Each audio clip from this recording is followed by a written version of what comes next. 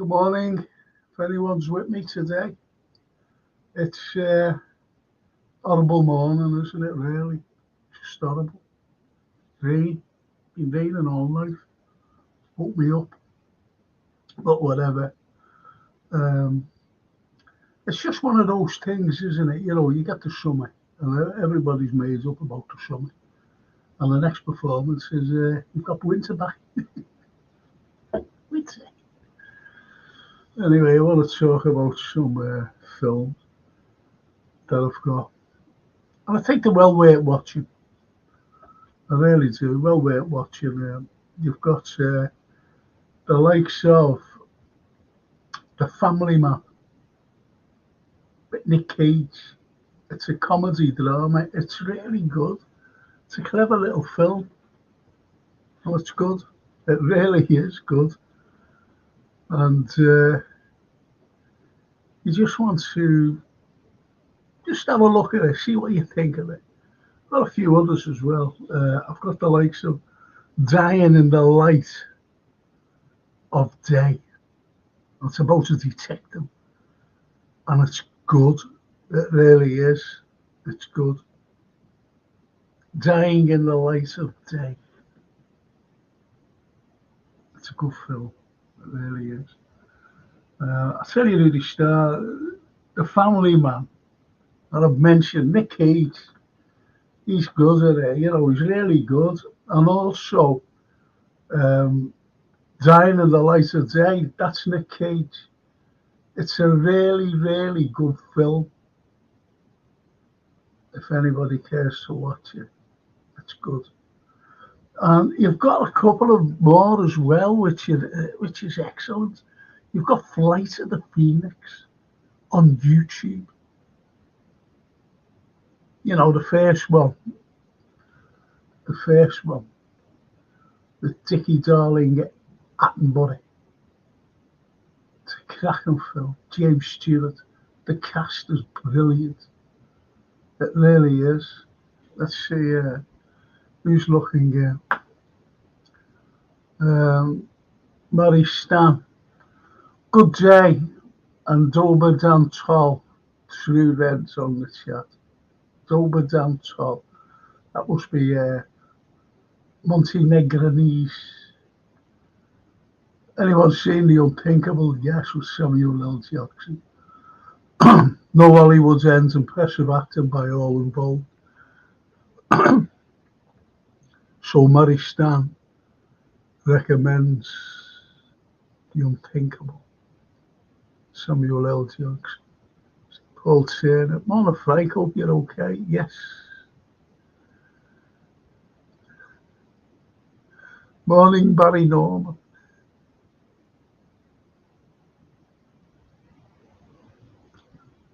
Says TW.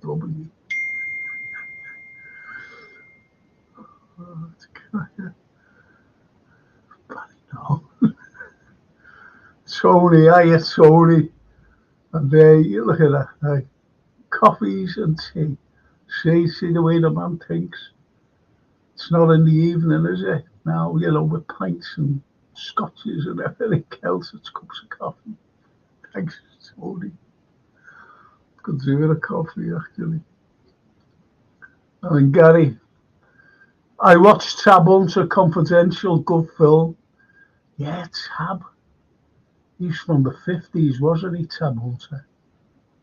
And he had a closet life. And he got married, didn't he? If I remember, he got married, but he was very abusive towards his spouse. So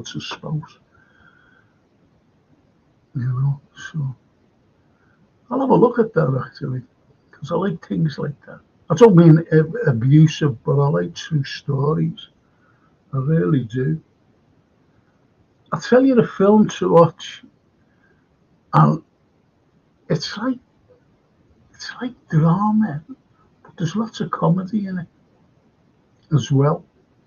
And it's called Severance. With Danny Dyer and Tim McInerney. And it's about a group of people who work for a company that make bombs and shells,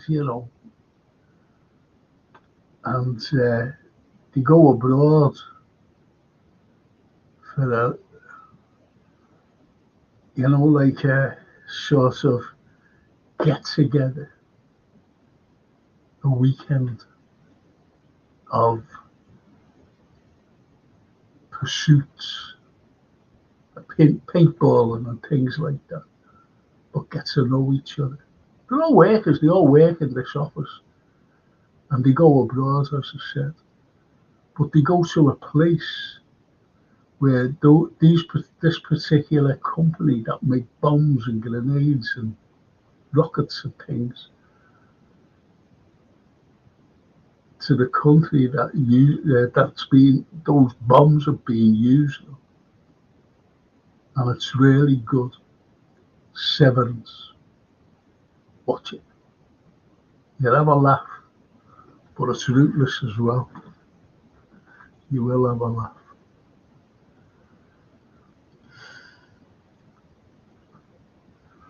Did you manage it? Yeah, I will tell you the ones again if you didn't. Paul, that Skies, I added up, but it wouldn't stream for me. I have two very good streamers, two excellent streamers, and they just wouldn't play for me for some reason. I've been dying to watch it.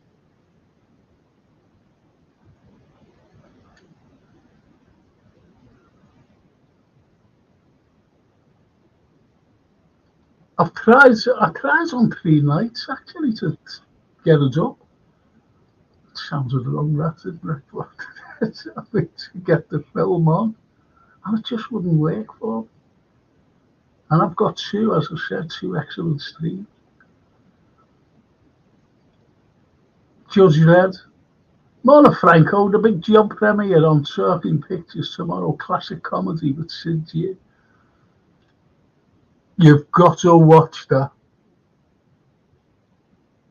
because there's a line in it that's the best comedy line ever. So you're right, Judge Red. Sylvia Sims is in that, and she comes out with the best line ever in any comedy. And I'll leave you all to watch it. And it's on that Talking Pictures. I love that. I love that channel. It's great. Get all these stuff, especially like the propaganda films, black and white. Oh, absolutely brilliant. But yeah, watch that. Watch that tomorrow. The Big Joe. Watch Sylvia Sims. Unbelievable. Dick Emery's brilliant. They're all brilliant in it. Sid James. You know. So a good choice there. That's an excellent choice. Well, excellent choices. What's the sinking feeling set in Glasgow? It's a funny one. Glasgow reminds me of Liverpool a little. Do you know what? You're so right. I've been to Glasgow a few times, and I always remember getting off at Central Station. And I said, God, blimey, this is just like Lime Street. But the people are the same attitude, same humour, same everything. I'm football mad. Football mad. And even our kids, when I was, very young, he was working away. He always worked away, Steeler X and all that. And he said he always got on well with Glasgow lads. He said because they're the same as us. And then when I went away, working for seasons, you just fall in with them, these Glasgow lads. And they came up to Liverpool. I said, yeah, come up and, before you, and they came here before they went off home, at the end of the season. They came home first. And they came up, spent the weekend, and they said exactly the same what I said. They got up at Lime Street, and they said it was just like Central Station back in Glasgow. Strange, isn't it? So yeah, Glasgow, like Glasgow. Stayed in Glasgow, stays in this fella's house in a place called Castlemilk.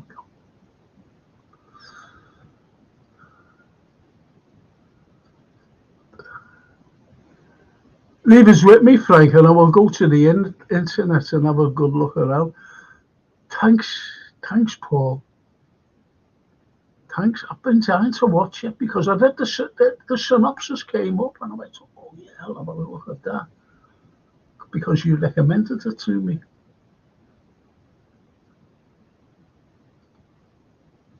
Frank, can you get that Night Skies on eBay? Frank, you can get that Night Skies on eBay.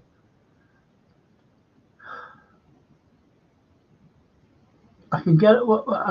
If it's a DVD, I've got no DVD. I've got I've got records, albums, DVD things, and you know, like I'm looking at one now. Actually, I can pick it up. I like say that. You know what I mean? Got nothing to play them on.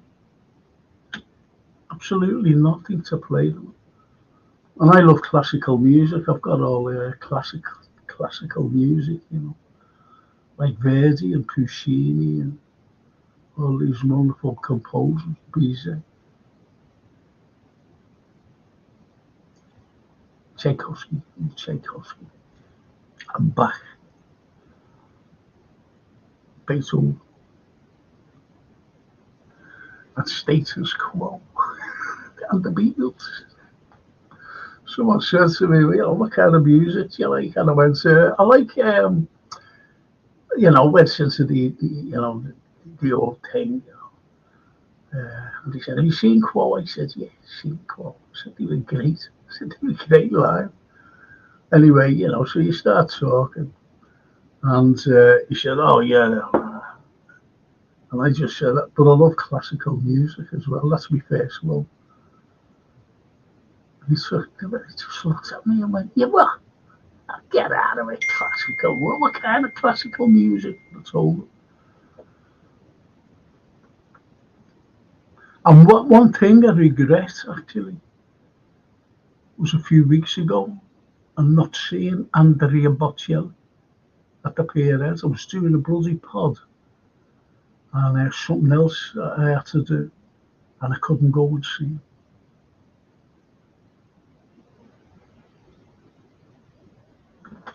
But I have seen Bocelli live in Italy, actually. And I got his autograph program. I gave the program away to a person who adores classical music and Andrea Bocelli. I said, yeah, can I have that? Oh, she was made up. Wow. Got a kiss off her. It's the only kiss I've had in years.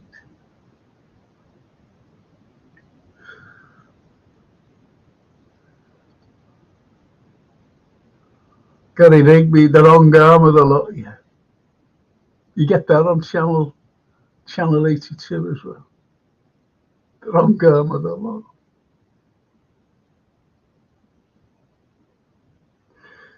It's just at those. It's just, they are for. Please watch Severance. Severance with Danny Dyer. I don't usually watch Danny Dyer, I'm being honest, but watch it. And Tim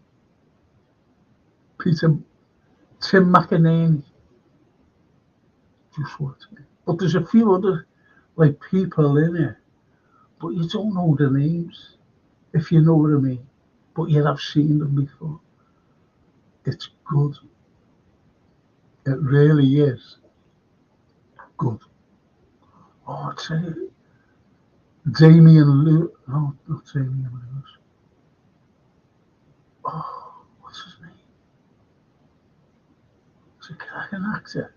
He was actually a James Bond villain when Pierce Brosnan was Bond. Oh, what's his name? He's really good. Good actor. And he's in it.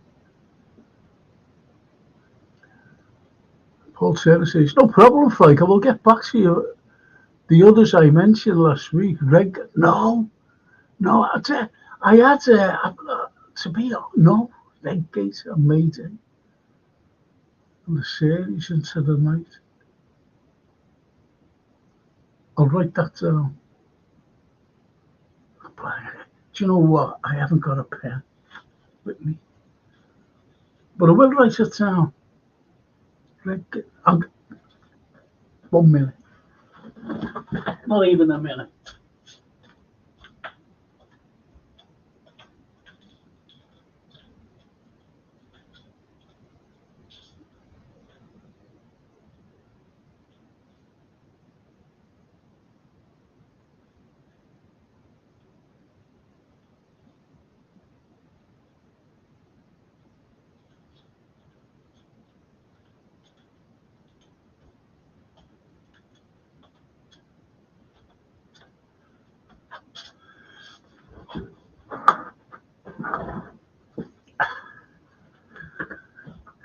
See how quick it was then?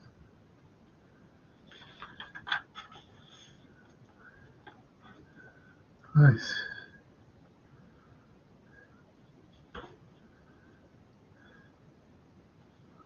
So you get them pens where you have to twist them to get them. Can you just see that? So that's Redgate.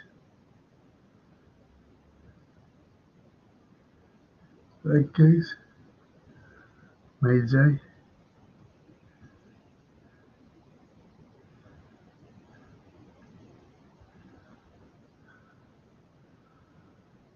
Yeah, into the night.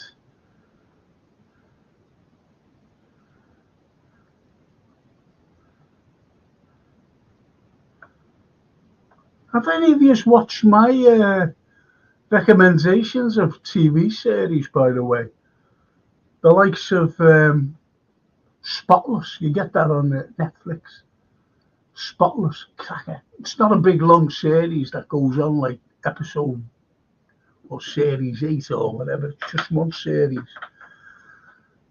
And there's only a few, like, episodes. About 8. It's a brilliant. It's brilliant. Netflix. Netflix. It's about a fella who cleans up, after accidents. He's got a little company that cleans up after accidents, and also after,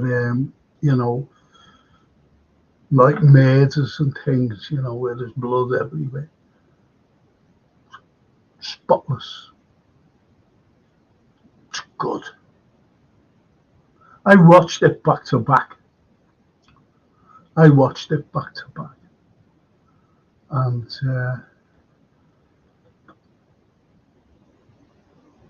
it was just during the day. And if that catches my attention, and I'll tell you another story, you most probably have watched this by now. Let's see what others. Is The Outsider. Fantastic. Jason Bateman, really good. The Outsider. Stephen King thing, it's good. And there's also another one called Your Honor. Your Honor. Excellent.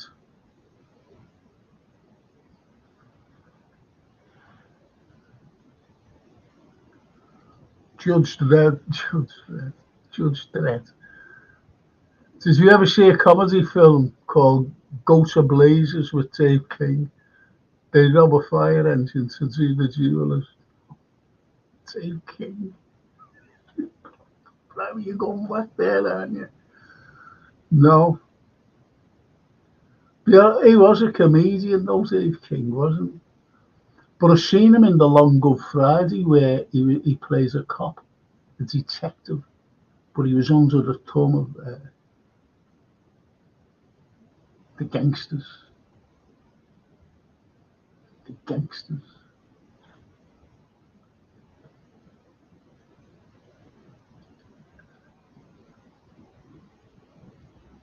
Thanks for that, Judge Dredd. Judge Dredd. Have you seen Something Wild with Ray Liotta and Jeff Daniels? Says Gary Rigby. No. And I don't mind Jeff Daniels and Liotta. He's dead now, isn't he? So's Jeff Daniels, isn't he? I think he is. There's a new film called Firebrand about Catherine Parr, starring Jude Law and I like Eddie Marsan. I think he's a terrific actor. Might be one to watch. Catherine Parr, obviously it's a period one, isn't it? She was one of the 8 wives. Can't imagine Eddie Marsan though in a period drama. Eddie Marsan is one of the most versatile actors we have. I seen him in a TV series years ago, it was, and it was what was it about? And it was dead funny, but dead poignant as well, unfortunately. And he's in a band. I mean a brass band, in a village. Really good. Funny.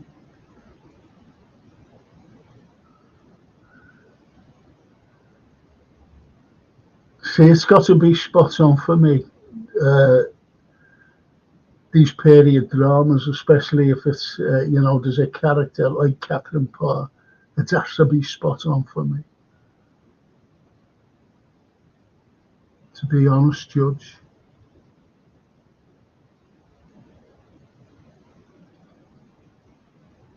Well, check that out, Frank. Spotless, says Paul Taylor. Do check it out. It's good. You will enjoy it. You will. And there's a villain in it. And I'm not giving it away. Well, who it is. And this fella shows what a good actor he is as well. And it surprised me. He's a villain, and he speaks very gently, very softly. He's good.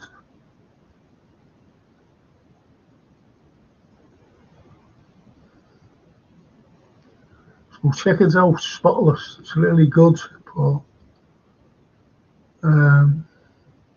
Richard. Hi Frank, how are you? And panel in the chat. All of you are great, knowledgeable, and wonderful people. Is this a script coming out? Did you see Arne Slot and Richard Hughes? It looks like Arne Slot is a puppet and controlled by the board. Very standard, wasn't it, really? And Richard Hughes.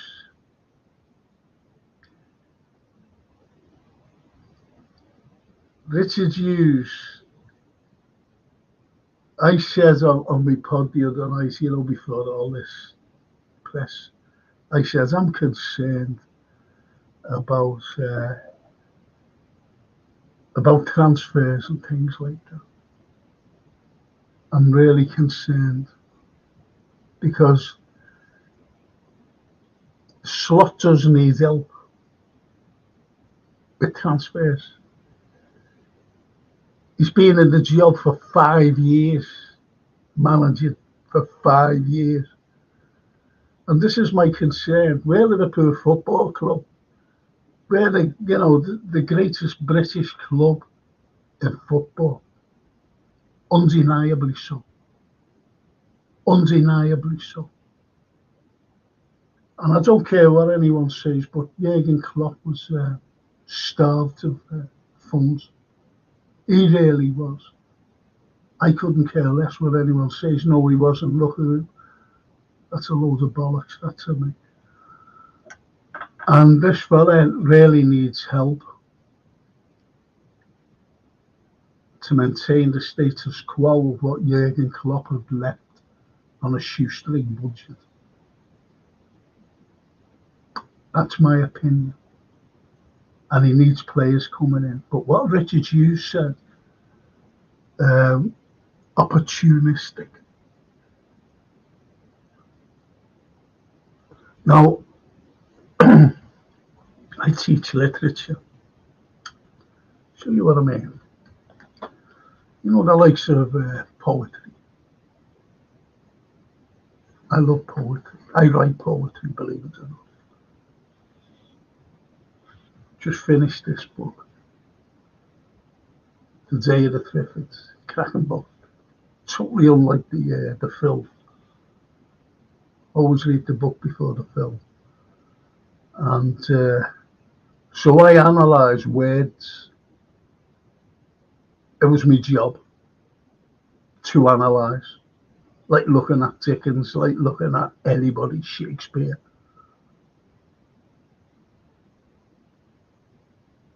A poor player that struts and threats his out opponent. I can recite poetry. I can recite Shakespeare's speeches, main speeches. I have to analyse words. And once he said opportunistic, that means, remember, he likes to get bargains and he only goes after bargains.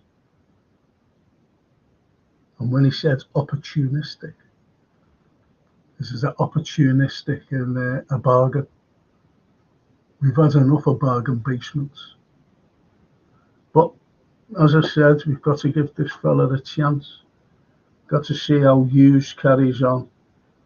And as someone says, oh, well, he tried to get such a body for Bournemouth. This is Liverpool, not Bournemouth. This is Liverpool Football Club, not Bournemouth. And I don't think that resonates with anyone. I'm not saying you, please, I'm talking about other people. I don't think it resonates.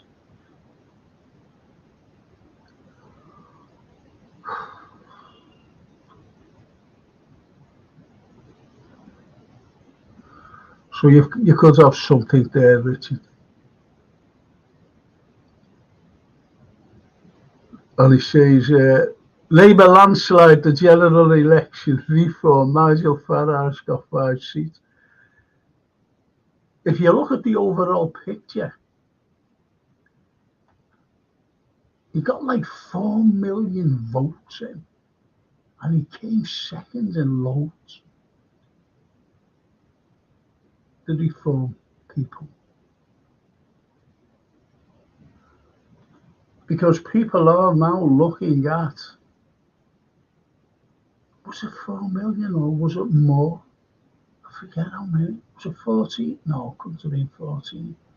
Or was it 14? Not quite so sure. I'm not interested in British politics anymore. Not after people. You know, you've got the voters who kept voting in the Tories, who were destroying the country. And I gave up.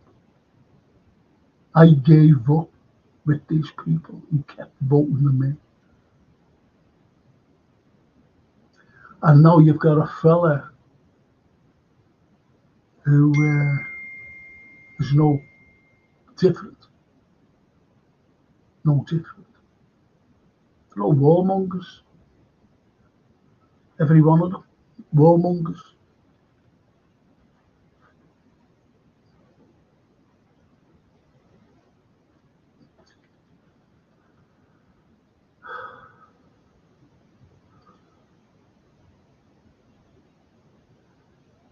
We need a CB and a DM in the transfer market, says Richard. Definitely a defensive mid. We need a defensive mid. But according to our lads who are in charge now, they're all mates, you know. I hope do you realise that? They were all mates. And there's nothing worse than giving, in any profession, giving your mates a job. And I mean your mates. Slot was their mate, or Sloot. Richard Hughes was Edwards' mate as well. And Wards, they're all mates. Could it work? Could it work? Could do. But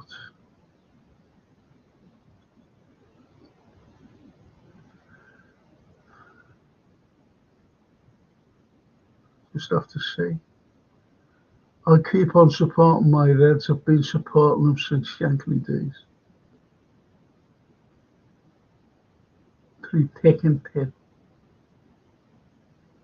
Through thick and thin. Support them. Whether I like the manager or not. That's it, like Mr. Hodgson said so. Wasn't good enough. Didn't like it. The Irishman, won't mention his name. Haters him. Haters. Hate is not in my vocabulary, but I hate that man. Horrible. Horrible. In his private life and everything.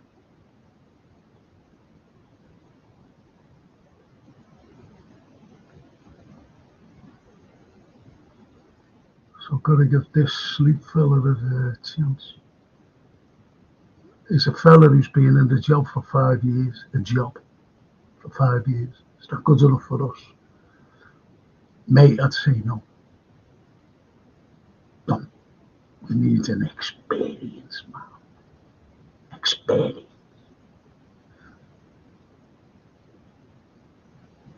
If I get told to behave yourself, give him a chance. I am. But I express my opinions to the full. Eddie Marsan is playing Edward Seymour in that film.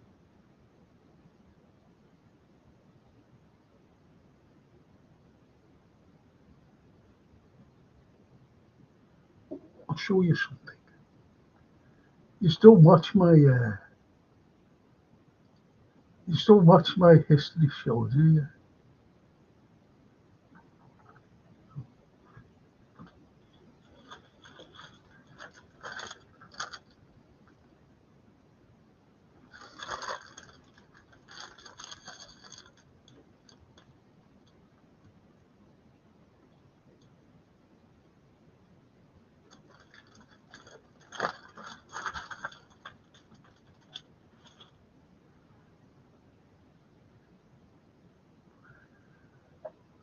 During a few years.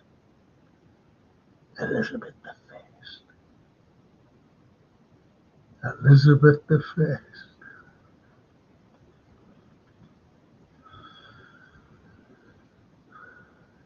I'm gonna try and watch me thing. I gave so I did well I'm a specialist on it. I did something on the 1605 gunpowder plot. Now, for example, you just don't dive into things.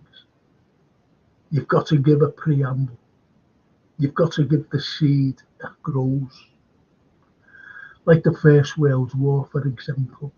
You go back to 1884 or whatever, and the emergence of Bismarck and the emergence of Germany and the likes of Prussia and Saxony, joined, and they gave a big mighty Germany. And then you go to 1891, 82, 92, and the Schlieffen Plan. And that was to drag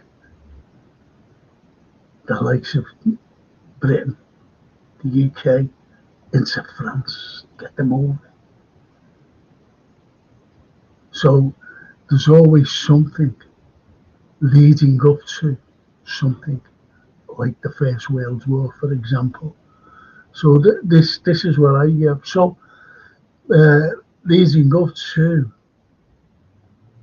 the 1605 gunpowder plot, you have to go through the likes of Elizabeth I. So we'll talk about it. Or him.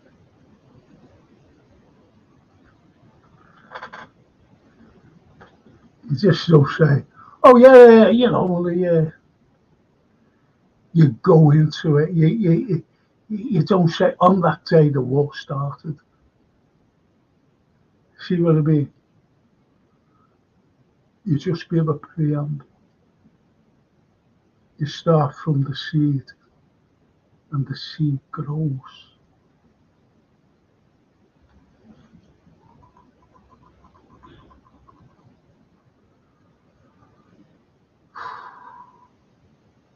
So yeah, Judge, it's good though. It's good though. Seymour. One of the best comedy film ever is It's a Mad, Mad, Mad World. Classic. Says the judge. Spencer Tracy. It was his last film, I think. You had everyone in that, though, didn't you? I mean, everyone. It was a Hollywood classic, wasn't it? Hollywood classic.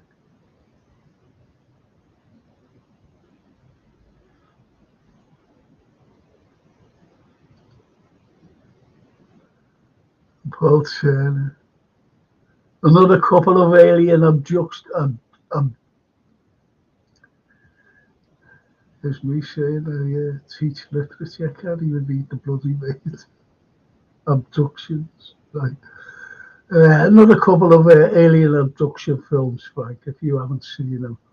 No One Will Save You and Dark Encounter. I think I've seen Dark Encounters. I think I have. I think I have. One of the most intriguing ones, Paul, was the abduction of, I think it was in 1961, of Barney and his wife, Barney Hill, and his wife, Betty Hill. And no one had believed them. And she went under hypnosis and all this, still no one had believed them. And she actually drew under hypnosis because she said, she asked where they came from.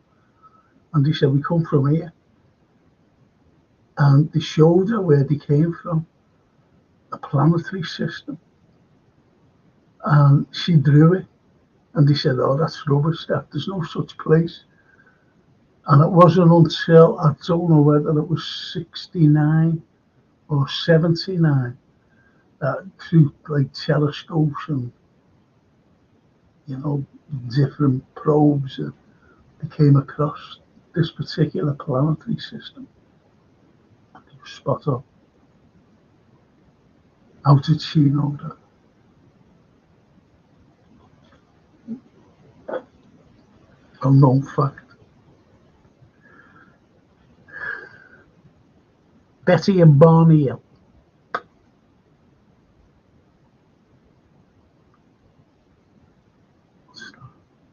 No One Will Save You. Tony, looking forward to yourself and K-Mac History Show in 2 weeks, Frank. It's a social issue one, Tony. It's a social issue one, and I don't mean our social. What will come into it is this. Excuse me. What will come into it is the likes of propaganda, misinformation, disinformation, lies, everything. The Western media, things that you're not getting told, things that are covered up, coverts, everything will be discussed. And I mean everything.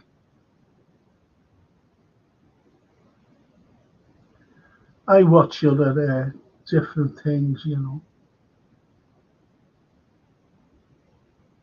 so many different things, so many different aspects, and they're unbelievable.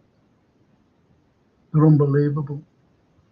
You've got one side saying, "Oh, this is," then you've got another side saying, "Oh," and you've got to look at what side you go. Well, that's a load of bollocks. I think these are right here. It's not that you want to agree with them. It's just like the stupidity of what's coming out of one side, and people swallow it.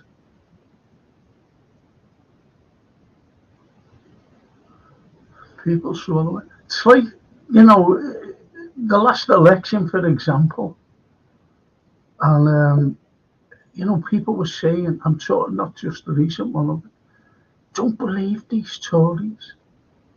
They're telling you lies, but people believed in the lies. And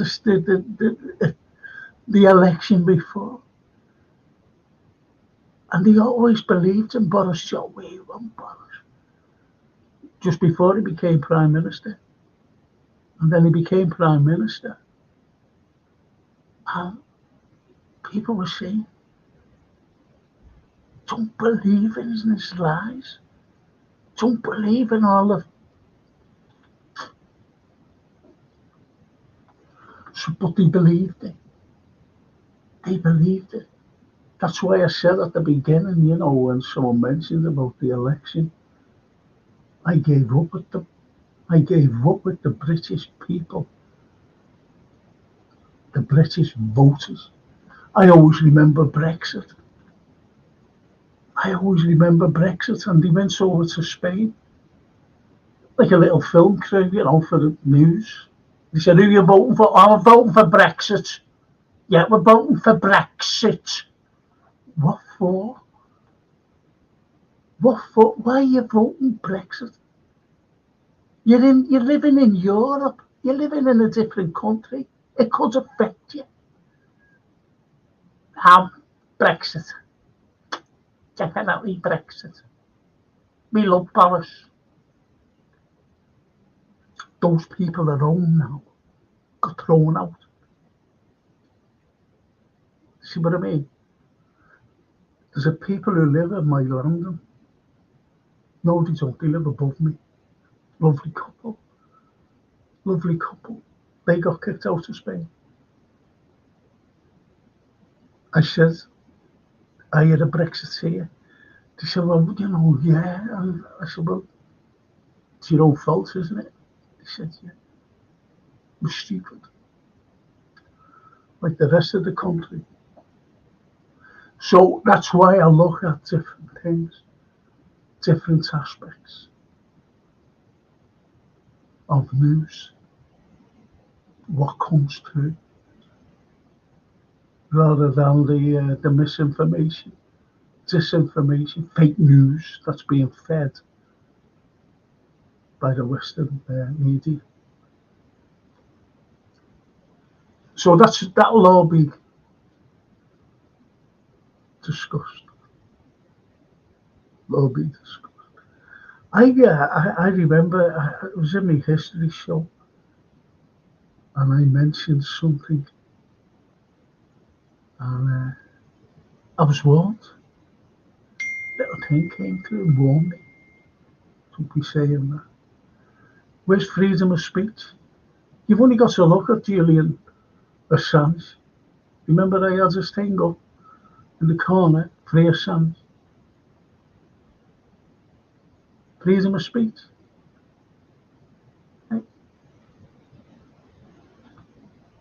Haven't you ever noticed for the amount of years from November the 22nd, 1963, they were still investigating people, ordinary people, investigating the Kennedy assassination. You and I were asking questions. Did you believe the magic bullet? I didn't.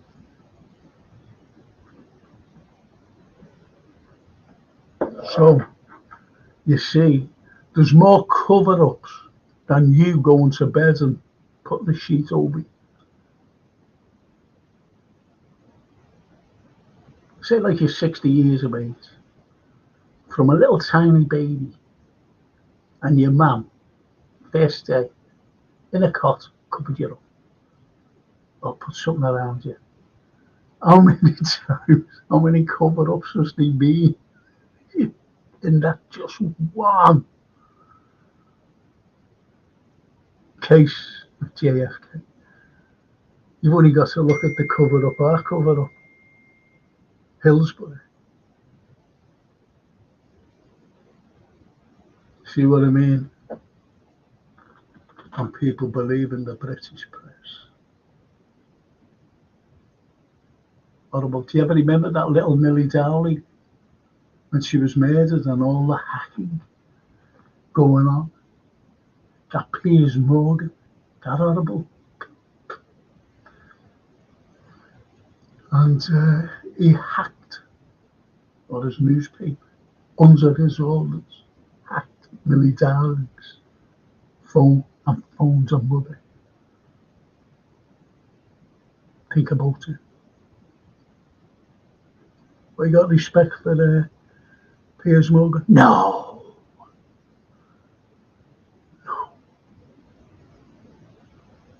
Paul Taylor, Betty and Barney Hill is a film or documentary for it. Is that a film or documentary? You get loads of talks on it. I think there is a film on it though about it. There is a film. A film was made. There's another film as well called I'm not saying that, and it's called Phoenix Forgotten. Phoenix Forgotten, and it's about the Phoenix Lights. Have a look at that. That's a true story. That's a film. Phoenix Forgotten.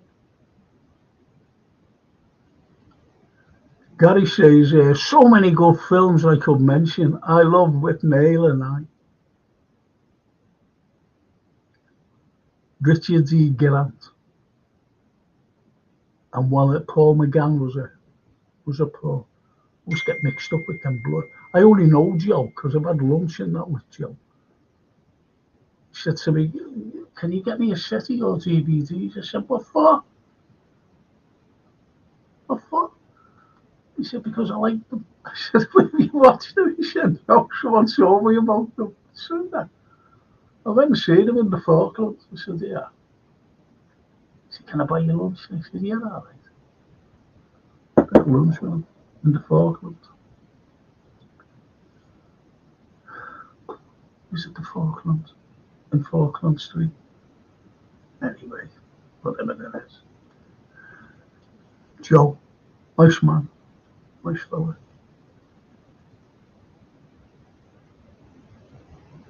Yeah, agree with you there. Never heard of Richard E. Grant now, though, do you? Maurice Dan, Tony LFC, do you think YouTube will allow open discussion? That will be a first. I can't wait either. No, I watched them on YouTube myself. Be careful, you know. Gonna be careful. We're not just gonna go right in but we will be saying it's home truths, what you should know about. That's all. A few home truths, what you should know about.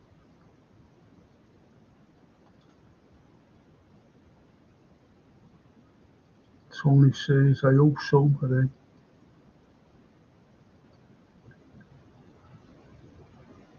what's that, Myra? Oh, lovely Myra. Hiya, Myra. Hiya, you're okay? Oh, I was just been saying there, Myra, about, the programmes that I watch. And ladies and gents, this lady does it as well.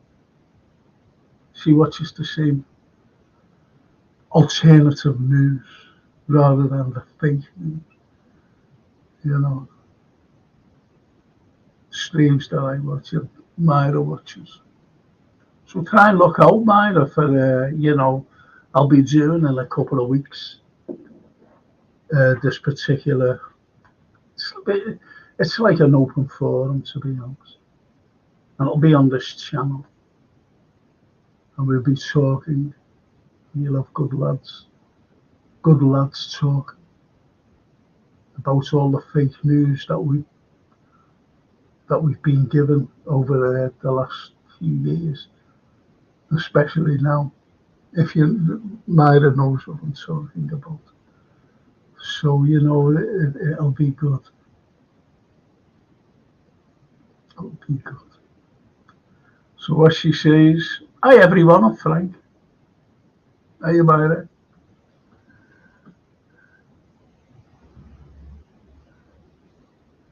Gary says, there were lies about Brexit. The UK should have stayed in Europe and I got the euro. We'd be much better off now, says Gary. Gary, let me tell you this. Please. I was an avid Remainer. Avid. And people won't believe what I am, I'm a first generation Scouser. Italian mother, New Zealand dad.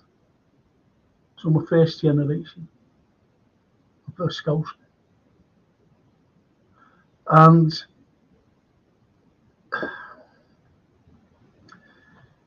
with the likes of Europe, yeah. I went on my own to Europe. I said to my mate when I was young, I said, you fancy going on? Well, they wouldn't even go to New Brighton. Well, they did. They used to go to Seacombe, Cocklepicking. Yeah. So anyway, I was a bit of an adventure. Used to go. And I was an avid Remainer. I wanted to be European. But now, with these people in Brussels, these horrible, unelected bureaucrats, I don't think that you know anything about anything. I'm not saying you. I'm saying people.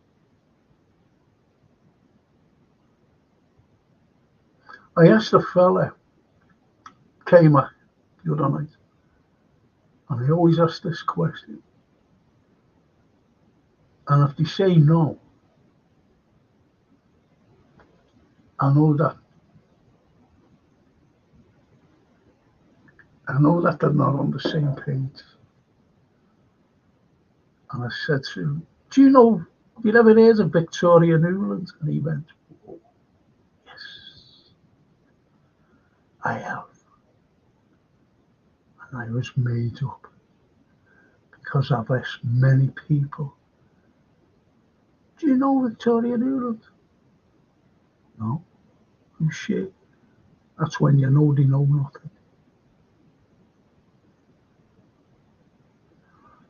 So with these bureaucrats in Brussels, don't want nothing to do with them. Nothing. That's why I'm only going to. If I get better in the next couple of months, I'll be going over to Italy.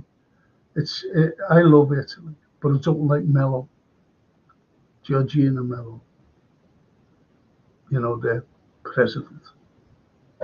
She went back on her social values, and there's lots of people now in Italy who hate her. Believe me.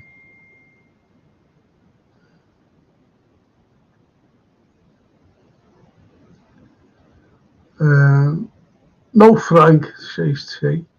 I believe the surgeons and doctors at the hospital that said he was shot from the front. He was, then the grassy knoll, but there was too many. The CIA did it. The CIA shot him. Enzo too. They shot him.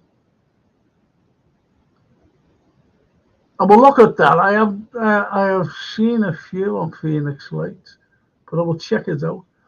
Phoenix Forgotten. Yeah, not Unforgotten. Forgotten. Well, Unforgotten or Forgotten. Phoenix Forgotten. Have a look. It's good. Darryl. Free Frank Crlyle from FSG.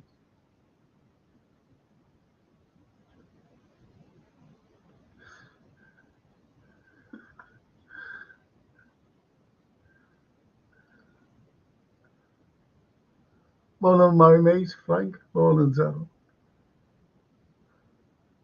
Darryl says, could be worse, I'm after ill and half me. And the judge says, and you're right there, Jack Douglas, very underrated comedy actor, star of Carry Ons. Yeah. One of the best he was in was Carry On Behind with Windsor Davis.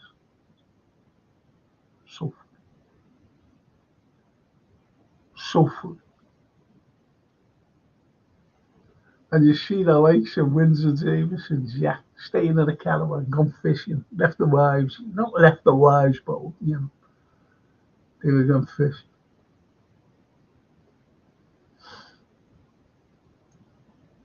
Funny. But one Jack Douglas, he used to do be guest on comedy shows, TV comedy shows. I couldn't stand him when he was and all this.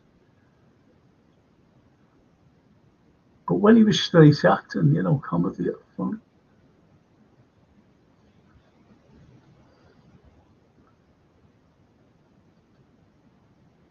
For comedy, David Jason is the best.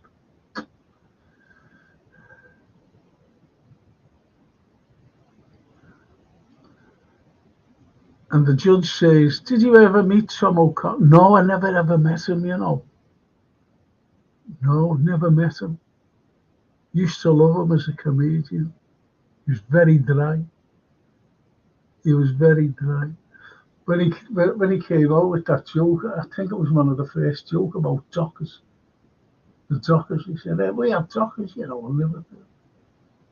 He said, and they're unbelievable. He said, if they can get anything off the docks, they will. He said, because last week, this fella was going out with a bale of cotton on his shoulder.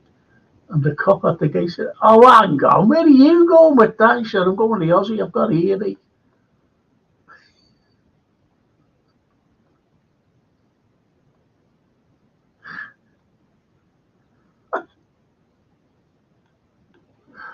So, it's... Yes, Tom O'Connor. Sadly, I never ever met him. Artur Mello, says Darryl. Yes, Artur Mello, not a comedian.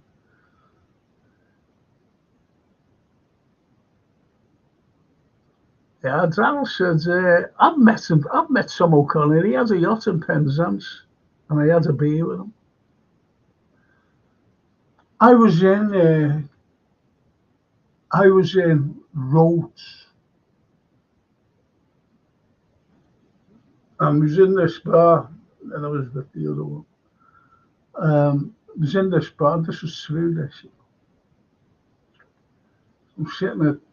It was an open bar. It was by a pool, and there was 2 or 3 people just sitting around, like a little, like these little chalets. And this fella comes over, goes to the bar. I was at like a makeshift bar, if you know what I mean. It wasn't a proper bar, but he had beers there and canopy, to keep us all warm, and in them ice boxes. And then because I got a couple of beers myself, and then was just sitting there, and this fella went over, but my one went, I know him. And then he picked his guitar up, or the fella handed him from behind the bar the guitar. He started strumming it, like just strumming it. And she said, he was in Marmaris last year. No tea. And I went, yeah, I know him. It looks familiar. I said, I don't think it was him. And she said, it says him. Was it? Anyway, I went and got another beer. Let's do this. And you know the way you feel stupid? The sound like, then you get embarrassed, and you think about those things. You think about those things, and you cringe yourself, and you go, oh, why did I? And what it was, I went sober, and so a couple of beers, please, it's a degree. And he went, yeah. And I went, hey, mate. I said, hey, mate. I said, you weren't singing. Got embarrassed saying it now. I said, hey, mate, you weren't singing in Marmaris last year, was you? I said, was you in Marmaris, And he looked at me and went, and I went, so? I said, no, she said, I'm sure he was in Marmaris last year. So I said, all right, mate. I said, do you want a beer, by the way? And he said, no. He said, I've got plenty there. He said, it's already there. I said, are you sure? He said, yeah, honestly, I'm okay. He said, I'll get you one. I said, no, you're all right. And he sent a couple of beers over. Knew what we were thinking, you see, because I just picked them up, the bottles walked over. 2 beers came over. And do you know what it was? It told us just, the way you cringe. Just go, oh. It was David Gilmour, Pink Floyd. I said, it's your fault, you. Mama, you started seeing him up there. She said, oh, God, you said you do. I said, I know the band. I didn't know him.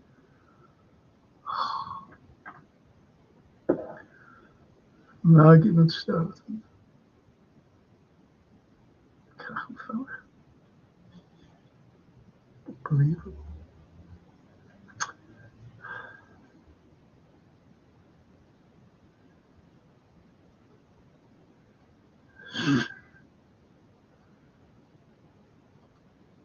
What did you think of Blair Witch? Especially the first one. I didn't like it, Paul. The old cameras, then that became a trait in the film industry. Camera. Forgotten Phoenix is like that, by the way. It's not all like that, but some of it is.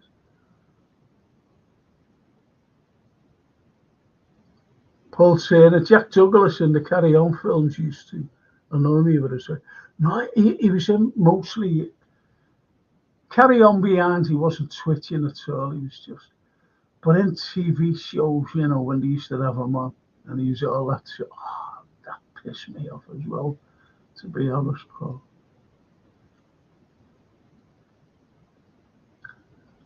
Daryl there says, think Tom O'Connor's daughter-in-law is Denise Lewis. I don't.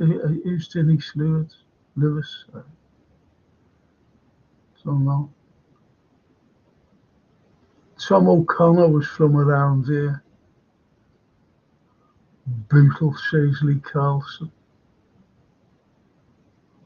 And Gary Rigby. I watched an old Frank Carson stand-up show on YouTube. I never knew he was blue. Right, very funny. Yeah, I remember the general election. It must be in the 70s or 80s, whatever it was. And he went around with Bob Greaves. It was like Granada Report. And they were asking people, he was with Frank Carson. Frank Carson, he's with them. And it was just like, talking to old dears and whatever, and who you're voting for, why you're voting for them. And where was it? I think it was 73. I think it was during the, must have been. It must have been 73 with the power strikers and the power cuts. And they asked this old lady, they said, who are you voting for? Because don't forget Ted Heath was in there. She said, I'll vote for Labour. And why are you voting for Labour? Well, we've got no coal or anything, have we? And the lights are always going out. Frank Carson says, you've got no coal? He said, no. He said, don't worry. He said, it's only fit to burn. Just like that. Don't be worrying about coal. It's only fit to burn. That's what kind of. Do you know what? I've got a bloody chair here, and it's as though it's got its back to me, and it's as though someone is sitting down. There you see it. You know that? And that's facing me out the corner, and it's as though someone's sitting there. It's weird. Gotta move it anyway, to get out.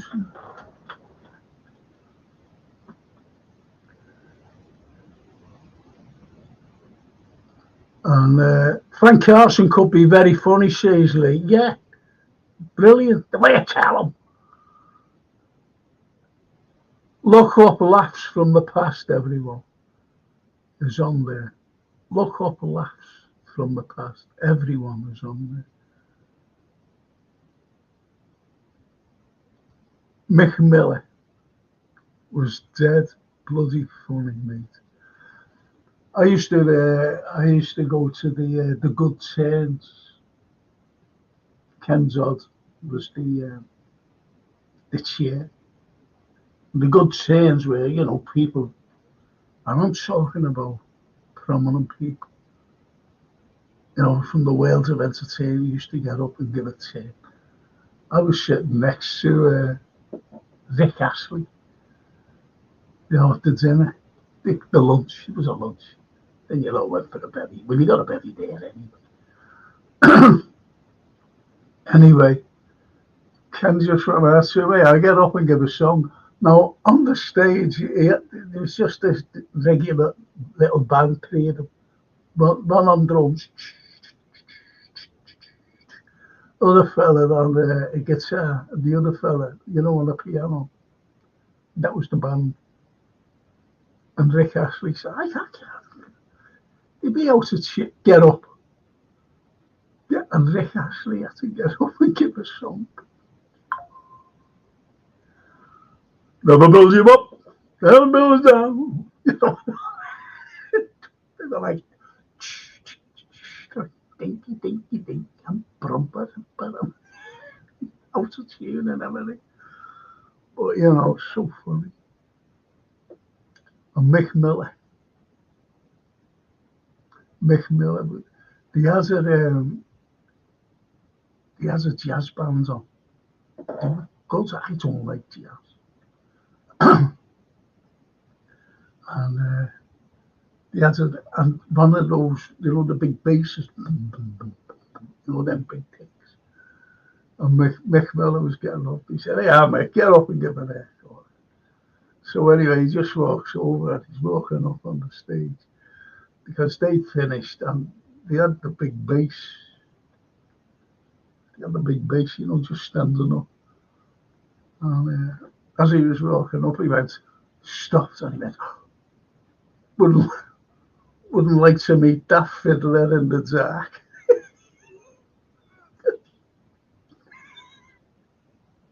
Wouldn't like to meet that fiddler in the dark. It was just like that. Mick Miller.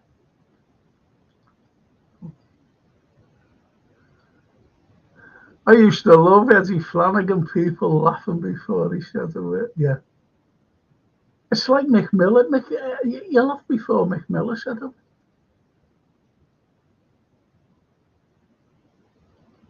Says the judge that. And Eddie says, yeah, Eddie Flanagan was great, that routine about his neighbour. I think you've got to have a face for comedy, haven't you, really?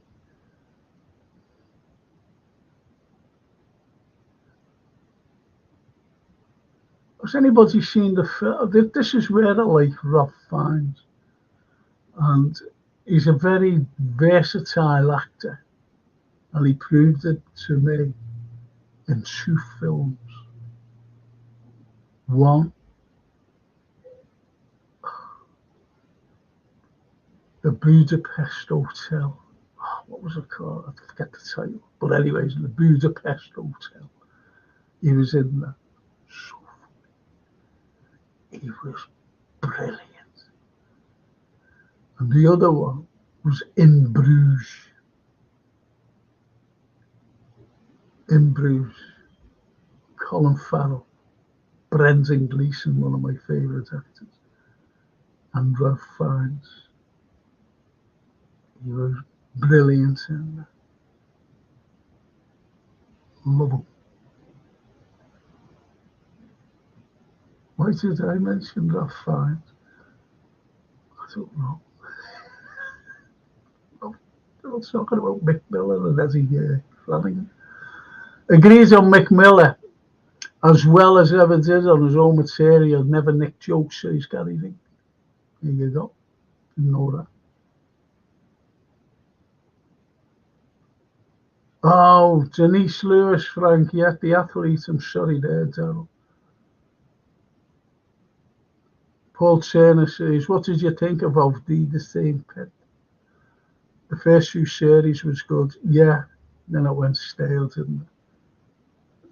Good actors, but why didn't he just get a proper Scouser to play a Scouser instead of a Mank? That Fairbank fella. He always play. I don't know why he hasn't playing a Scouser.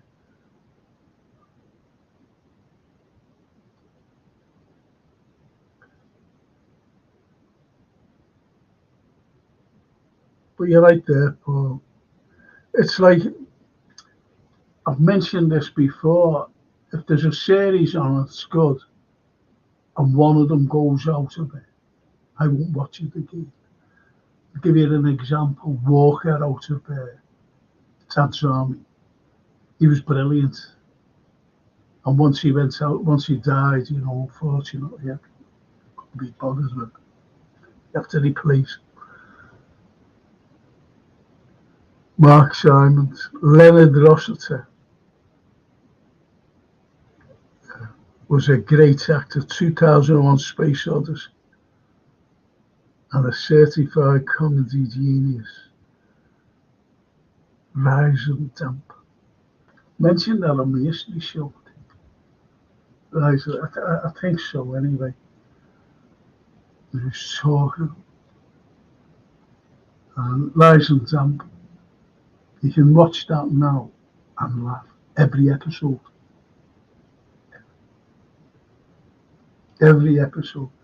And it's just facial expressions. I always remember he was in a drama. It wasn't a series, it was just a one-off play.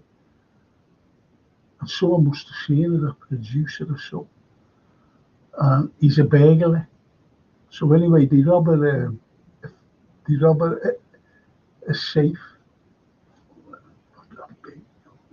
He carries, get it, put us in the van, drive off to it. Into the bloody woods or wherever they went into this field. And they put it down. How are we going to get us open? He went. And he gets dynamite out. He said, yeah. He said, this is how we get us open. So anyway, there's a little mound of a little mound of earth. And so they like the thing, they run. And they're waiting like that. They're behind, waiting for it to blow up. They're behind this little mound of earth. Nothing happens. So anyway, the young fella, because the young fella and him, and the young fella looks up like that and goes down. Nothing happens. It's still, I can still see the dynamite stuck in the air. So anyway, he goes like that. This is Leonard Rossiter, and he goes. So the two of them are like this, looking over. And the young fella says, why don't you go over and have a look? Like that. No. Smart ass, you go over and have a look. You wouldn't go near where the dynamite was. No, you smart ass, you go over and have a look. And I think someone to see that because it was funny. The way he said it. It was just so funny. Well, you smart ass, you go over and have a look. Why it didn't blow up and the fuse was still there. Oh, so funny that.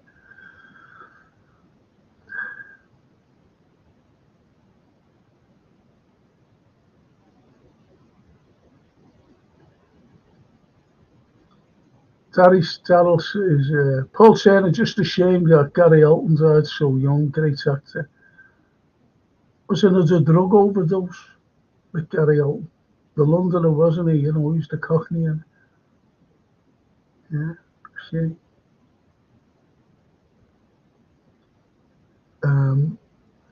Yeah, it was Darryl. He was really funny. Wayne, in the first two series, he was younger. So I'm very sad he passed away. Take drugs, mate. So you end up and lose friends. You're a drug abuser. Lee Castle says, I buzzed off Barry and over Tim Sport. Brilliant actor. Great actor. Gary says, what about Mox? That's what I meant before about that. I forget his full name. And he always seemed to play a Scouse Moxie. Worst Scouse accent ever. Yeah. Was.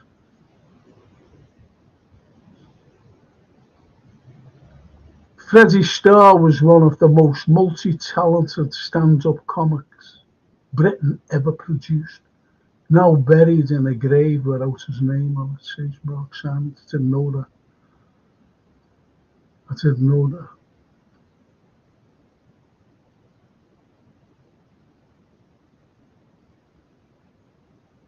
Adam Lewis. And are you still doing walks, Frank? And this is what I'm doing. Hang on a minute. I'll just take it off a minute, Anne. Just bear with me.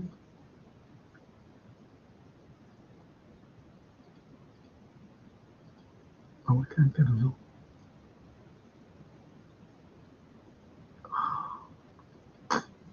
Can't get it. But wouldn't you think Jason would put it up for me? Jesus.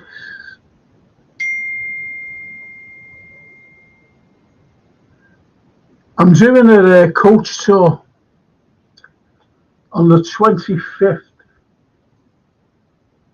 On the 25th of this month, July.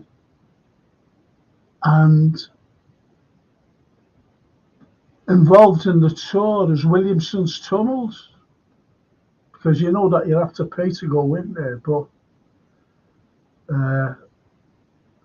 on the tour there's no fee to go in. It's already included in the price of the tour.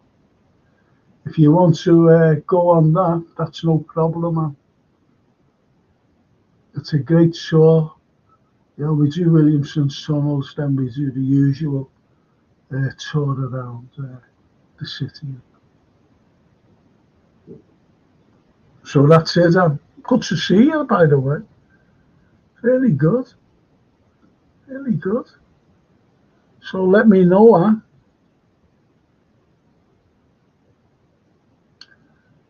Let me know if you're interested in the tour. Obviously, there's a break for lunch as well. That's not in the day, you know, so if you bring sandwiches, that's fine, or if you want to go to a cafe, you know, for a lunch, everything. It's good, great, everybody loves them. But that's on the 25th, that's on a Thursday.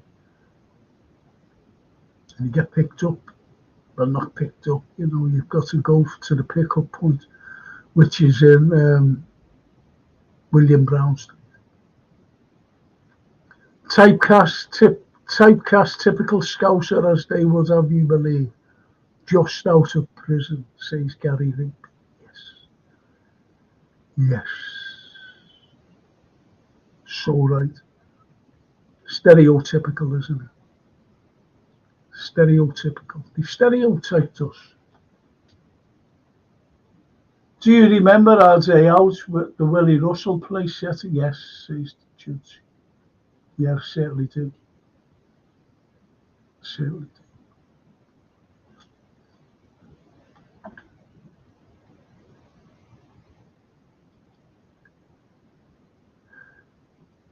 Our day out was one I ain't seen yet, says Lee.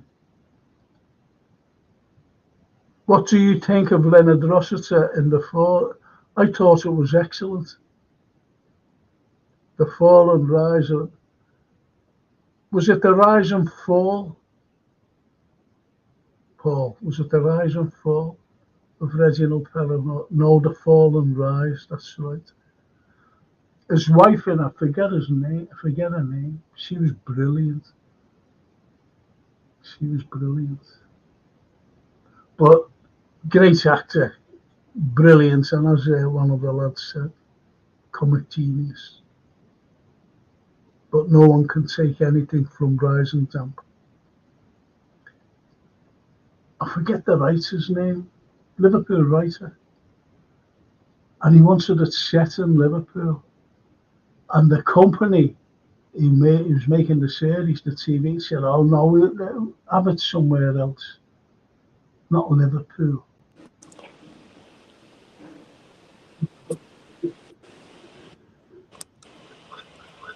Morning, Frank. I thought you ain't talking about football. I'll quickly jump on and talk about football. No. Football was talking about. The referees. It was short. But they're talking about now the likes of Willie Russell, you know, educating Rita. I remember that. Morning, JK, says TW. Take care, bro. Hope you're okay. Morning, Paul.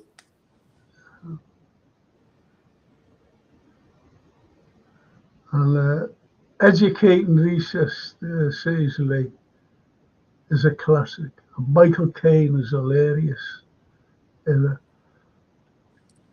If you want to see Michael Caine in a funny film, I don't like Michael Caine, by the way, Same as, yeah.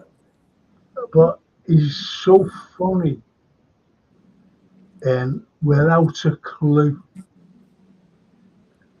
With one of my favourite actors, Ben Kingsley. Ben Kingsley plays Dr. Watson, and there's no such person as Sherlock Holmes. Hang on a minute. I forget that. But anyway, this Dr. Watson hires an actor to play Sherlock Holmes, like in real life, solving murders and everything. So funny. So funny. It's really good. The last film I seen with Michael Caine was Batman, the new Batman. He was a butler. Yeah, he played Alfred, didn't he? He didn't annoy me because, like, sometimes he annoys me. I don't know. I can't really watch his films, but for some reason, that Batman film, he played a role where he was okay. He was okay. Well, no, I've never liked him. Yeah. And he's always like this smart ass fella. Mm-hmm. He played, but as I said, he was funny in that Without a Clue with Ben Kingsley. It was funny. He was great in Zulu, where he plays an officer. Well, that was his first big major break. Escape to Victory. I think that was the first time I ever seen him. Oh, right, yeah. He was in that. So I thought, okay, he must be big time if he's playing with Palais and everyone. Yeah, well, yeah. That people didn't know that. Hang on. Eric Chappell wrote it. Yes, he wrote it, Rise and Damn. Thank you, T. Morning, JK, says T. Morning, bro. I'm Paul. Morning, JK, says Paul Turner. Hope you're okay, Paul.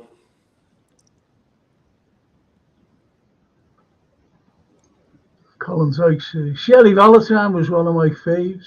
It was on last night, says Collins Oaks. Yeah, Shelley Valentine. Excellent film.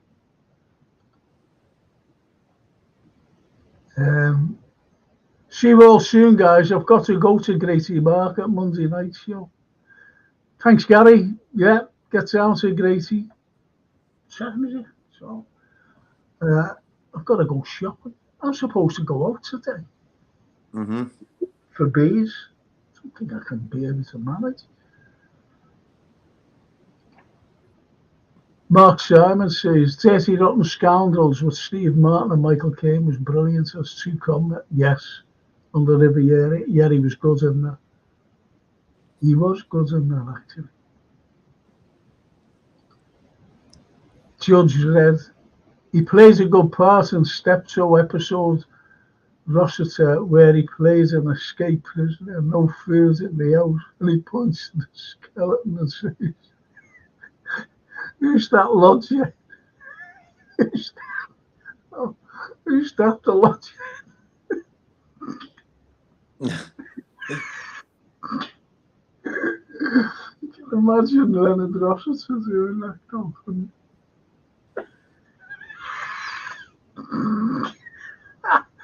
Who's that the lodger?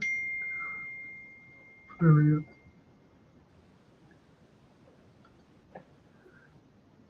And the message just come up, a fella named Roger the Lodger. Him and Steve Martin was good in Dirty Rotten Scoundrels, says Paul Turner.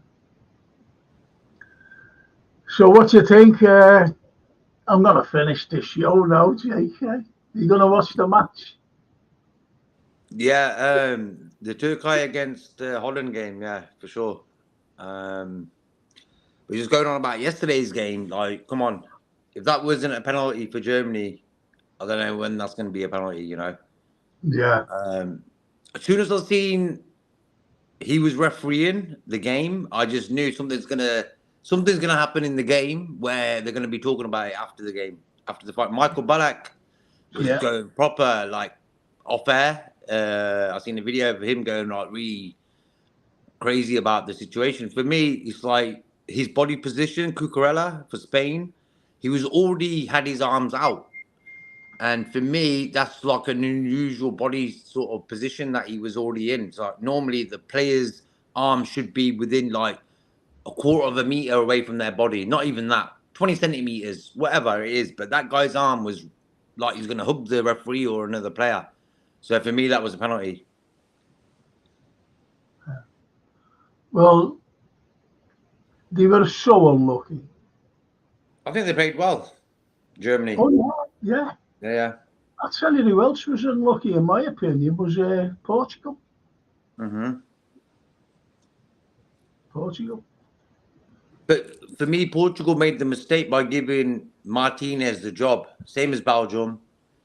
When you look at the Portugal squad, top names in there, you know, you got Silvers, both of them, you got Ronaldo, you know, you got probably their best squad they've had in a long time. Like, yeah.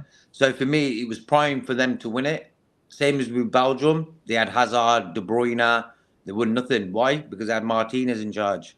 Who are these people who give these guys the job? You know, if you gave me that squad, me and you, Frank, if we had that Belgium squad or even this Portugal squad, we would have got them further than what they've got, you know. So for me, these guys who give these people the job to take care of their countries and their prime players, and you give it to Martinez, says it all about the modern day football world, you know.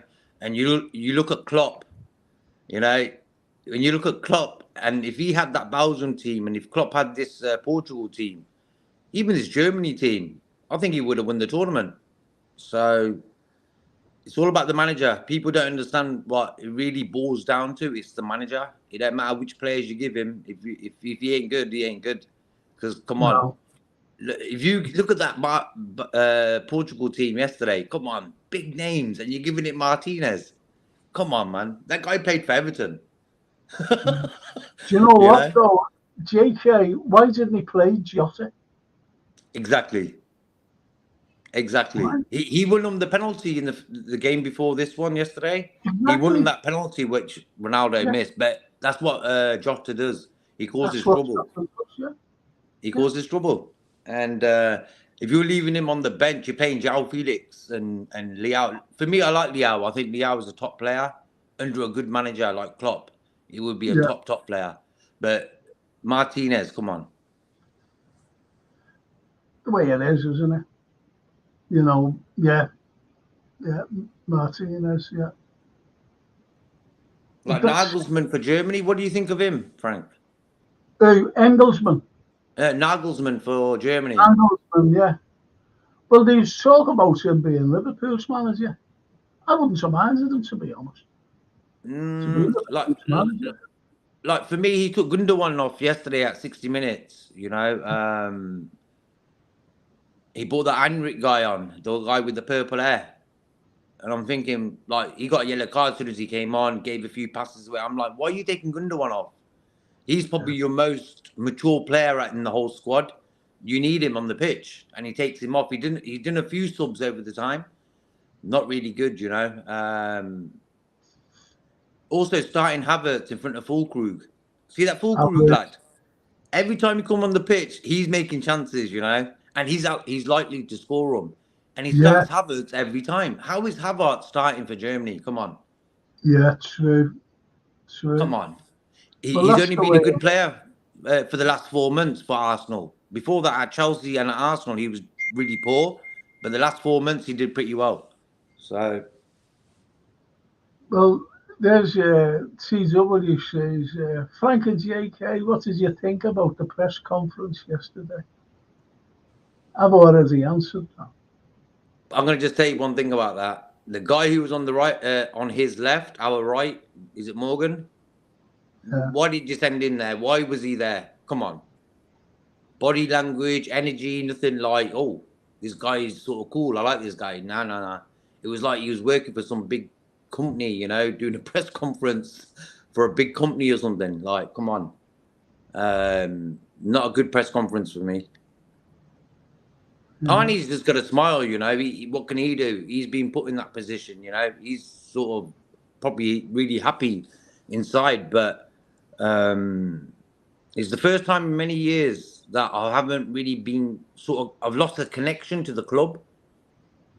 And I think it's since soon as Klopp left and this new regime of Edwards and Morgan and all this has come in, a sort of connection has been lost.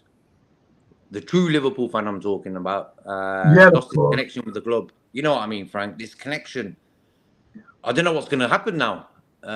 With Klopp, I always knew we were going to challenge. No matter what, even if we had injuries, we're going to be there or thereabout, you know, in cup finals. We're going to be involved in something, you know. It's the first time in a long time, say in 10 years. Well, I said, to be honest, when that came up, it wasn't that question. It was just, I forget what it was.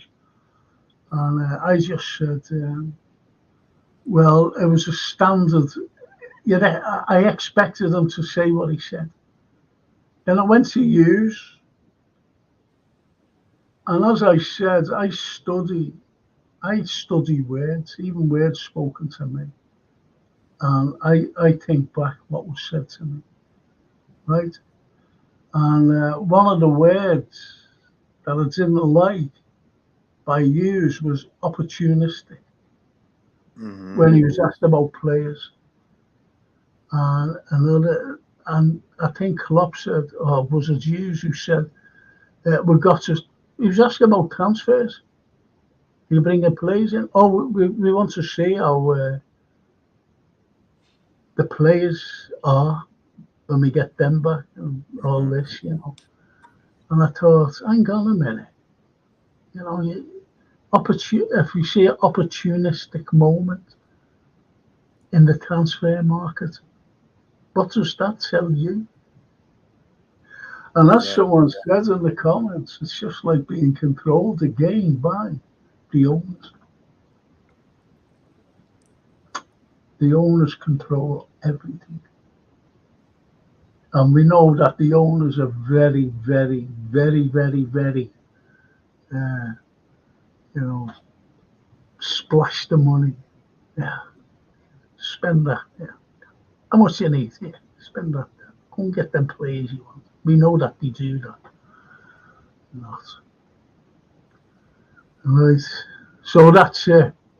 It was bog standard. I expected what he said. He's going to say that. I just knew what he was going to say. And I'm not psychic at all. You know, for me, someone asked me about like press conferences in football and stuff like that. And I was like, okay, when Jurgen Klopp came to Liverpool, he had this press conference where he ended up calling himself the normal one. And it was so big time. Like everyone was talking about, oh, did you see Jurgen's press conference? His first one for Liverpool. He called himself the normal one. And it was like big time news. It was just like Jurgen Klopp. It was just perfect. It was just, wow, you know? Where this guy's press conference, it wasn't really like that. I think he's in a situation where he sort of feels privileged to be in that position. But I feel that he doesn't feel yet that he's sort of big enough to take that position. That's the sort of vibe I'm getting off that. At the end of the day, when Arnie Slot takes charge of the first game, those guys are going to support him. Why? Because he's the manager of our club. But for me, doing it the cheap way, we've been there, done that. It got us success. Why? Because of Jurgen Klopp. And Arnie Slot has to do the same now. He has to get sort of cheap players and turn them into world stars. Can he do that? And that's the question. That's the 64 million. Let's go through some of these.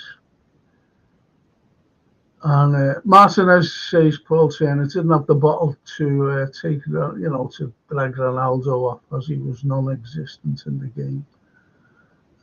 Colin Dyke says, I don't care anymore. I just want all our boys back and resting up before pre-season. So they come back, Colin, and they're away to America Yeah. pre-season. What's that all about? You know, they're in tournaments all over the place, and they come back, then they're back in America. That's when you Yeah, because travel, you travel. yeah, Just imagine if you're JK, you know, if you're in South America in these tournaments, right, and you come back, you fly back, and then all of a sudden you've got to go back again hmm to North America to play in these stupid pre-season games in America, and then fly back again for the season. to play in pre-season. That's going to take it out. That's why I said, remember on the football show, I said, why are they doing this? Especially with all these tournaments going on. They're going to knock at our players. Yeah, because like the tournament over there, the Copa is in America, so any Liverpool fan can go and see McAllister, Diaz, Nunes. They can go and see them if you understand what I mean. There's hopefully they don't fly back to England, then fly back out to the States. So No, hopefully they they want just them back. No, there's pre-season games. They want everyone back. yeah. And that means the lads in America, South Oh, America, I'm sorry. So they'll have to fly by, uh, shake hands with Slot and Hughes and whoever else. And say, oh, well, I'll back on a plane again, right over to America, play pre-season games there, come back, play more pre-season. But as Colin said, I don't care anymore. I just want our boys back. We all do. And well, CW we got said, Holland with Virgil, Gatko, and Gravenberch. yeah, So if they lose today, they'll be back. yeah. But CW says out of their depth for me. You know, Yeah. like you just mentioned the backroom stuff, everybody. But he turns around, didn't he, and says, Hughes, he's the best, the best football director ever. This is Edwards. He's talking about Edwards.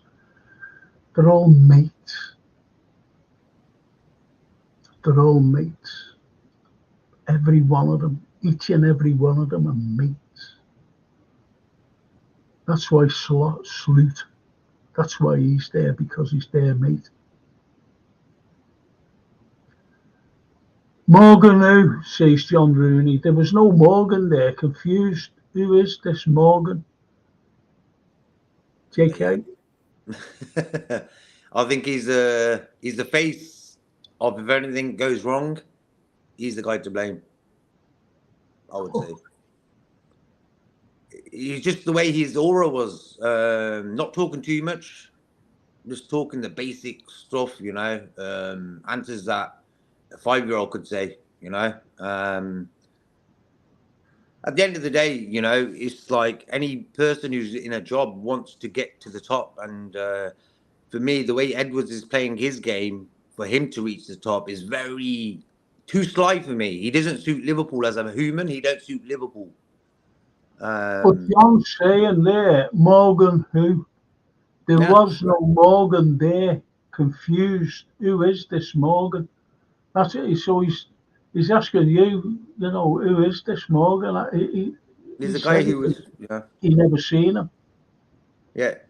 He was there yesterday. In the conference, he was at Bournemouth before. So. But he's Welsh anyway, isn't he? And Hughes is Welsh. So they're all mates. Mates. What a job. Yeah, I'm fit, yeah. So, can you get me in there? Yeah, all right. That's what it's like. Fucking ridiculous. TW Bournemouth level. And she's Sloot doesn't answer the question he has asked for me.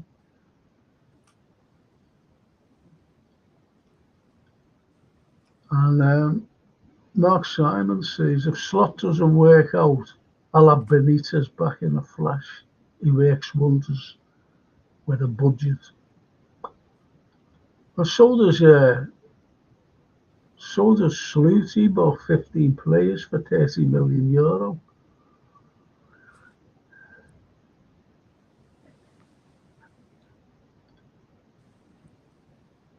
There you are, a comedy genius. Hope you are, Lee. Money, money, money, says John Rooney. Absolutely, John. Yeah, it's ruined the Absolutely. game. It's ruined the game. You know, you're getting people like no disrespect to Gravenberch, he's on 140 grand a week. Like, come on, ridiculous.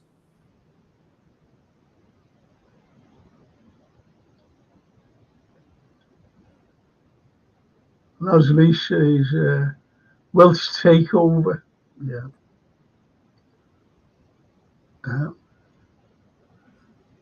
But realistically, going on about signings, for me, we only need two players, a DM and maybe a centre back. But definitely a DM. That's the only thing. Like squad wise, I think the squad's sort of healthy.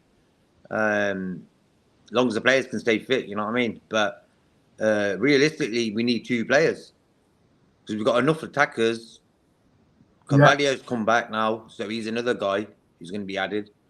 I think DM, realistically. Well, to be honest, one of the lads, you mentioned DM, one of the lads said, we desperately need a DM. I've said it. But as you know, sources have been coming out of the club saying that we don't really need a DM. Come on. That's it, you know. Lee Castle says, I want a CB and a CDM. As you said, you know, we don't need a forward. We've got enough forwards. They're all capable. They're all capable of scoring. Every one of them are forwards. Imagine them, any of them coming at you. So they're quite capable of winning games. And I mean, every game. They're quite capable of scoring. This is why we need a defensive midfield, but not just an ordinary defensive midfielder. We need a top quality, strong central midfielder. You know what I mean?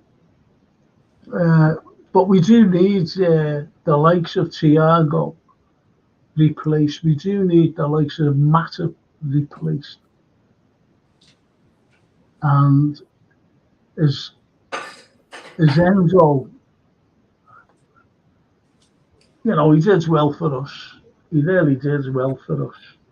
But I think we need someone there.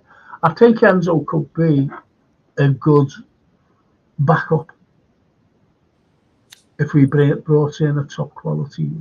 See the likes of that Polina. I think he's brilliant, that lad. But he's going to Bayern. You know, someone of the caliber of him.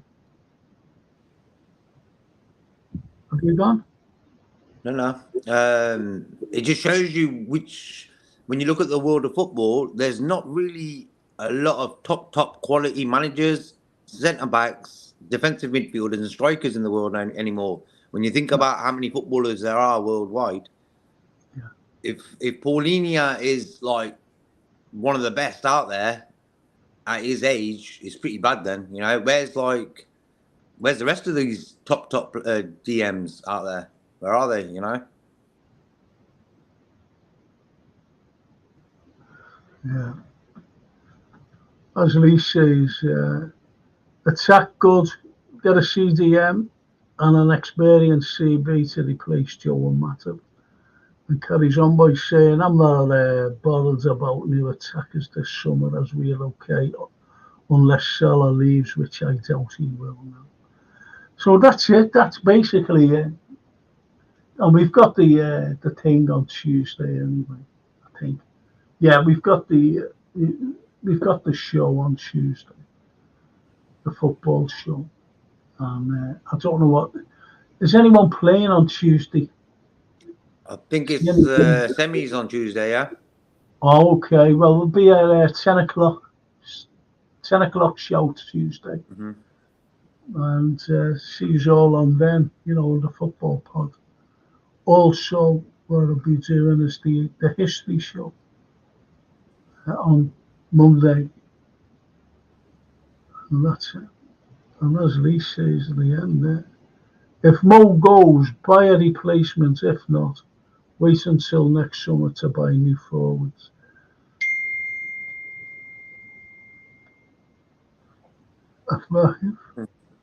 Mark Simons, England need Ricky Tomo. Yeah, but that's like with the Southgate reminds me of Martinez as well. All right, footballers, but not like top quality. You know what I mean? But get the two like one of the biggest jobs in football, England football manager. Same as Martinez, Belgium and Portugal, big football countries. Both getting them jobs. It's like, come on. That's why people like Foden in this tournament hasn't excelled. Why? Because he don't know how to play him. Look at Pep with Foden. Made him probably one of the best players in the Premier League last year. Player of the season for Man City, Foden. What's he done in this tournament? He's had 4 games, hasn't done nothing. And that's why, for me, people like Klopp, they're a different sort of manager. There's type of guys who go into the footballer's soul to get that best out of him, I don't know what Martinez does. I don't know what Southgate does. But judging with the players they've got, Bernardo Silva, Fernandes, like, they're not really shining, And that's why people who mimicked Klopp when he left, we'll see. You'll probably miss him soon if we don't do well. You'll miss the days where we're sort of competing, Well, I don't support England, to be honest. Can't be fucking bothered with them. I'm sorry to swear. Went through enough with them over Hillsborough. I go through enough with all these fucking supporters coming up to Anfield and at their own grounds, calling us scousers for everything. I've had enough of the establishment. That's me. And there's a lot of scousers who don't support England. Just tell them to F off. Don't support them. So that's me. I won't watch them today. I won't watch them today.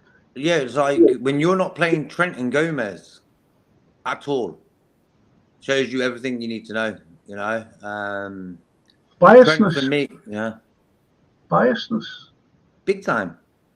Like, come on, Trent. Trippier gets the game before Trent. Come on. Exactly. But saying that, Idrissa Gueye, he's played all right. The guy at the back, he's probably been their best defender, you know what I mean? But still. Well, I can't comment because I haven't watched a second of any England game.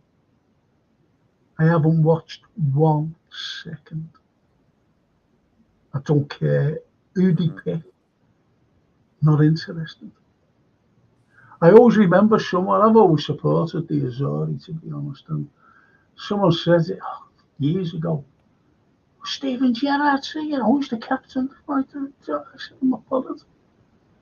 I said, I'm not bothered. England don't bother me. And that's why Switzerland, for me, are going to be too disciplined for England. I think Switzerland's discipline and the way they play and the way they work for each other, because they ain't got no world-class stars, you know what I mean? So they have to put that graft in, and they do that. Where England, I think they might get shocked there. Well, that's it, isn't it? That's it. Well, anyway, as Paul Turner says, have a good weekend, Frank and JK. Take care. Take care, bro. Thank you. And I'll see you all on, if you want to join me on Monday, 8 o'clock. That'll be for the history show. And the football show will be at 10 o'clock or 10-ish. We always say 10-ish, don't we? 10-ish. On Tuesday evening. Okay, we can talk about everything. All right, and Liverpool and who we're getting. Who we're getting. Well, you know, these are these little social media. Oh, look who we're getting. Look who we're going after. It's the Mbappe syndrome, isn't it? The Mbappe syndrome and Bellingham syndrome. And as Lee says, the history of mystery show. History mystery. Well, anyway, JK, thanks for popping in, mate. No worries. Made up, made up. You popped in, but you know, as you know, it's the. I'm just going to go through just these things to say. Dying at the Light of Day. That's the films of the Under Suspicion. You've got to watch Under Suspicion. Mhm. With and these are all on YouTube. Under Okay. Suspicion with Gene Hackman and Mhm. Morgan Freeman. It's a cracking film. It really is a cracking film. Gene Um, Hackman, top oh yeah, top actor. it, yeah. The Air Marshal with Liam Neeson. The Mhm. Family Man with Nick Cage. It's a really good film. It's a clever film, actually. Okay. Severance with Tim McInerney and Danny Dyer. It's really good. There's another film called Assimilate. You've got to look for that. Assimilate's a very good film. And if no one's ever seen, if anyone's never, have you gone? If anyone's never seen, I think JK's gone to watch Under Suspicion. You were under suspicion, and you were the mystery show there for a minute, JK. You disappeared. The invisible man disappeared. Anyway, and as Lee says, Under Suspicion is top notch. It is. It's really good. And as I said, Severance, get it, and Assimilate is an excellent film as well.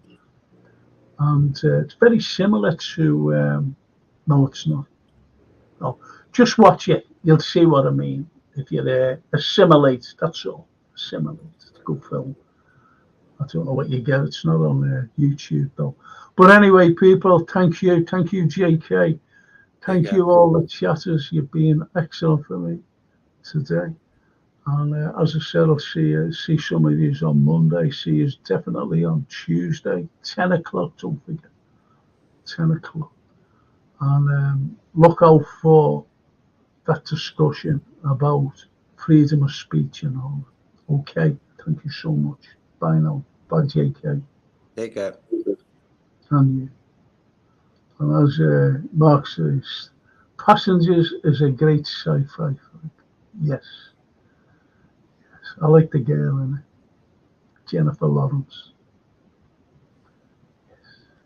And I think the picture behind you. If you're waiting for someone and they're taking too long, send them that picture behind you. Just send them that. That's just like quality. Look at Joe Pesci, uh, eh? And Ray Quality Liotta. guys. Ray Oh, Liotta. I think Ray Liotta was one of my favorite actors. I watched a yeah, lot of his films. Top actor. yeah. Rest in Did you peace. see when he got older, he was unrecognizable, wasn't he? Yeah. You know, he just went unrecognizable. Ray Yeah. Liotta, which is a shame. Oh, lovely Myra. Take care, everyone. Oh, Myra, take care of yourself, sweetheart. Take care. Take care of yourself. I'll Mark Simon, 12th man tonight. Oh, Mm-hmm. well, that's good. I hope you enjoyed the 12. Anyway, JK, Myra, everyone on the chat, thank you so much for keeping me calm. Ray Liotta and Identity. Yeah, that was a clever film as well. Mm-hmm. It was a clever film. John Cusack, one of my favourite actors, is in it. Yeah, so you're right there, Mark. You're right. I'm supposed to go out today. Gotta go shopping now with our Francine. She's taking me shopping, come home. I'm going to get my hair cut as well. Get my hair. Mm-hmm. I want to look. I want to look nice for Monday night show. Get a makeup artist. Do you know any makeup artists? I do actually. Now my cousin, she does it. Yeah. Oh yeah, brilliant. They're great. They can make you look good. I think I need polyfiller and the usual. Polyfiller. Anyway, I've got to go. Thank you so much, people. Love you all, and have a great weekend. Have a great weekend. Let's hope the weather is fine for you. Mm-hmm. And see you all on Monday and Tuesday. Thank you so much. Can't see me on Tuesday. See you next Thursday. Thank you so much. See you, JK. Take care, Frank. Ta-ra, mate. Ta-ra.